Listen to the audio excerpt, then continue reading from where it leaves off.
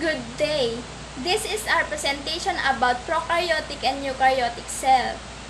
And I will start to give you some overview about prokaryotic and eukaryotic cell. On Earth, there are two major types of cell. This is prokaryotic and eukaryotic and cell. And the prokaryotic cells are the simplest and most ancient types of cells.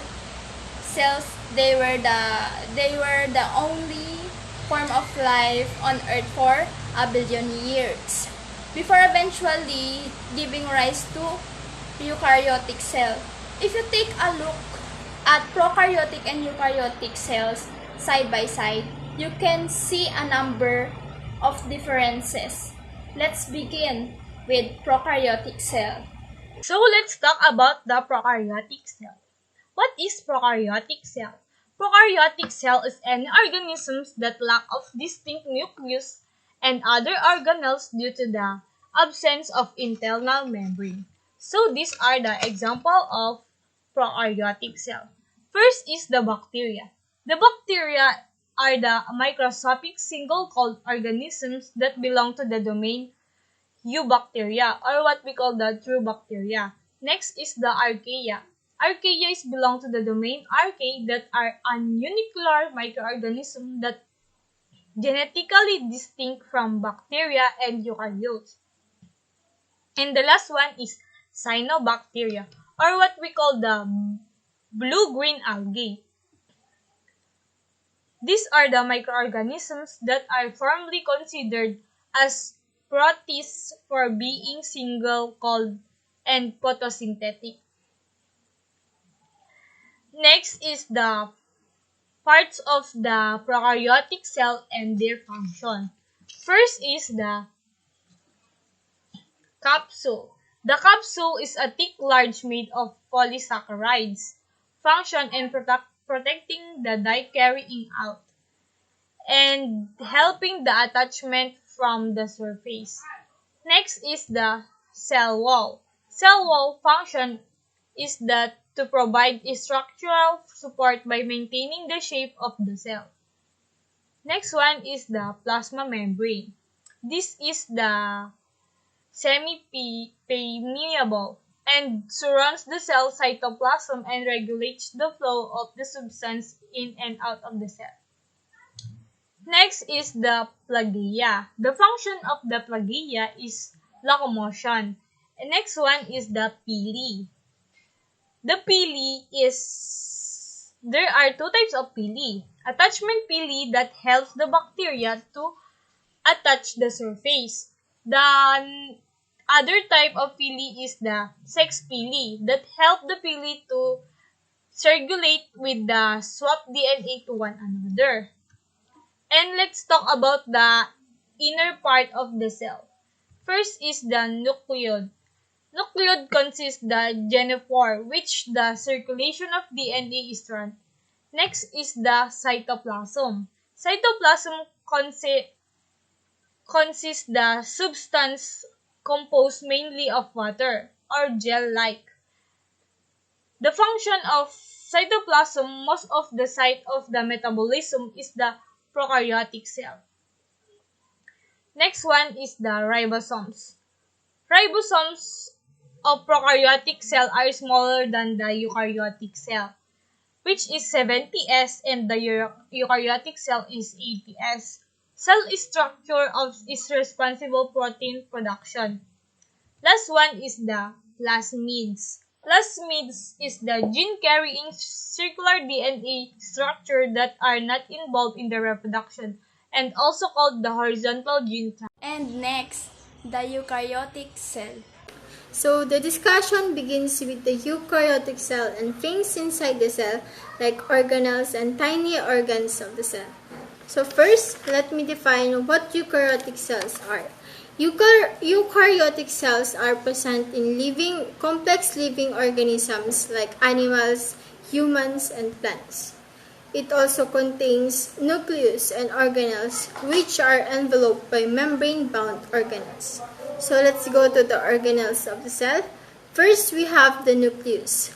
The nucleus is basically the commanding center of the cell. It tells the cell what to do, how to grow, what proteins to make, what lipids to produce, and things like that. Now, in the nucleus, it has long strands of DNA known as the chromatin. And the DNA is basically has the instruction manual or the blueprint of the cell. It stores the genetic information of the cell. So within the DNA, we have the instruction on how to make proteins, how to make individual organelles of the cell, and what they need to do. Now, inside the nucleus, we have the nucleolus. The nucleolus creates the ribosomal RNA or the rRNA to make ribosomes. Ribosomes, as you can see, the floated little spheres in the cytosol. They make proteins and consist of ribosomal RNA and proteins. And they manufacture proteins also. Now, the way the nucleus makes proteins is that it sends mRNA or the messenger RNA, which carries the instructions to the ribosomes to make a specific type of protein that the cell needed. Now, the nucleus is surrounded by a membrane known as the nuclear envelope. And on this membrane, you'll find these holes on it, which is known as the nuclear pores. And they allow the stuff into and out of the cell. So the mRNA comes out of the nucleus through these nuclear spores. Now let's talk about the ER or the endoplasmic reticulum. It has two types. The first one is the rough ER and the second one is the smooth ER. What do you notice about these two? What is the difference between them? The rough ER contains the ribosomes and the smooth ER doesn't contain any ribosomes. So the rough ER, it exists in the production of proteins. That's why because the smooth ER doesn't have ribosomes, it does not make any proteins. However, it produces lipids, cholesterol, and hormones. It also exists in detoxification, which means it breaks down toxins. It also makes these molecules more soluble so that they can be easily removed in the body or excreted. Now let's go back to the rough ER. By means of ribosomes, once they make the proteins are enclosed in vesicles. And these vesicles get transported to the Golgi body. And these vesicles got transport to the Golgi body. Now the Golgi body receives the vesicles and it modifies the proteins that are in the vesicles. And what is that? And what it does is by adding lipids and carbs in proteins. And it can also fold the protein in the proper shape. The function of the protein is dependent on the shape. So once it modifies the process, it exports the proteins out of the cell. So let's talk about the other organelles. First, we have the mitochondria. The mitochondria has its own separated DNA, and it is different from the DNA of the cell. Its purpose is to its job is to perform cellular respiration. In that process, it takes the energy stored in fats and carbohydrates and convert it into a molecule known as the ATP or the adenosine triphosphate. So the next one, we have the lysosomes.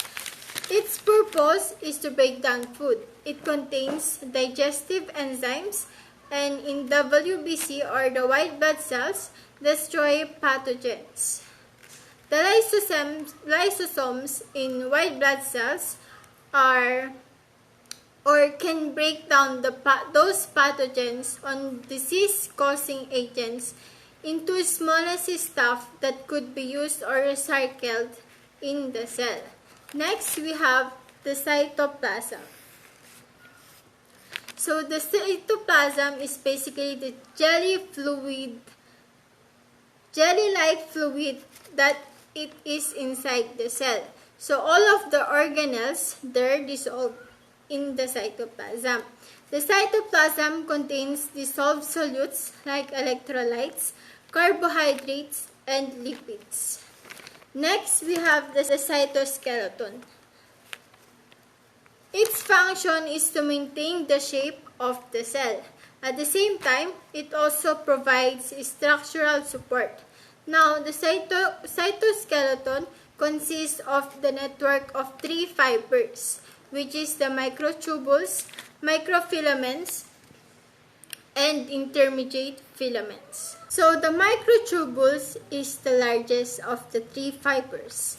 The microfilaments is the smallest of the three network fibers. And the intermediate filaments, in terms of size, is somewhere in between the microtubules and microfilaments. And they provide mechanical support to the cell.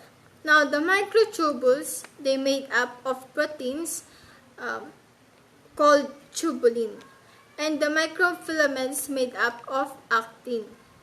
The microtubules, their purpose is to provide structural support and transportation services to the cell. So the vesicles, they can move from one cell to another part by means of microtubules. The microfilaments, made up of elongation and contraction, they assist the cell to move. Next is the centrioles.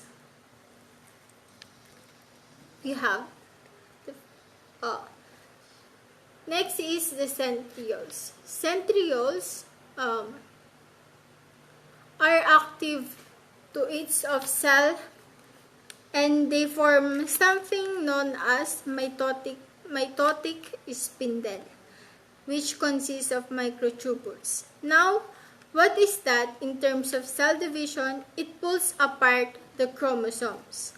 It thus allows the cell to split into two. The chromosomes is basically a condensed version of chromatin. So they form during cell division. So here are the other organelles that you need to familiarize with, the cilia and the flagella. So that's all, sir and guys. Thank you. That's all, guys. Thank you very much.